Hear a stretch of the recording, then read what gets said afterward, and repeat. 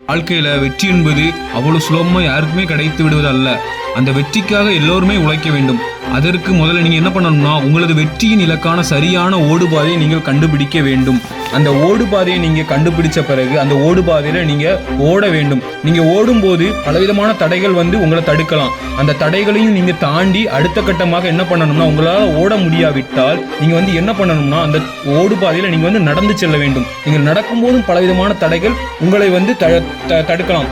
அந்த தடைகளை நீங்கள் உடைத்தெறிந்து விட்டு ஊர்ந்து செல்ல வேண்டும். நீங்கள் இதிலிருந்து நீங்க என்ன தெரிஞ்சுக்கிட்டீங்கன்னா, உங்களை வெற்றி பாதையை நீங்க வந்து எப்படி கடக்கிறீங்கன்னு முக்கியம் இல்லை, உங்க வெற்றி பாதையை நீங்க வந்து முடிக்க வேண்டும். இதுதான் உங்களுடைய வெற்றியின் பெரிய ஒரு குறிக்கோளாக இருக்க வேண்டும். நீங்கள் ஓடுவீர்களோ அல்லது நடந்து செல்வீர்களோ அல்லது வந்து ஊர்ந்து செல்வீர்களோ என்று எதுவுமே உங்களுக்கு தேவையில்லை. ஆனால் உங்களுடைய ஓடு பாதையை நீங்கள் ஓடி முடித்திருக்க வேண்டும். இதுவே உங்கள் வெற்றியின் ஒரு பெரிய ஒரு குறிக்கோளாக வைத்துக்கொண்டு வாழ்க்கையை நீங்கள் நகர்த்தி செல்ல வேண்டும்.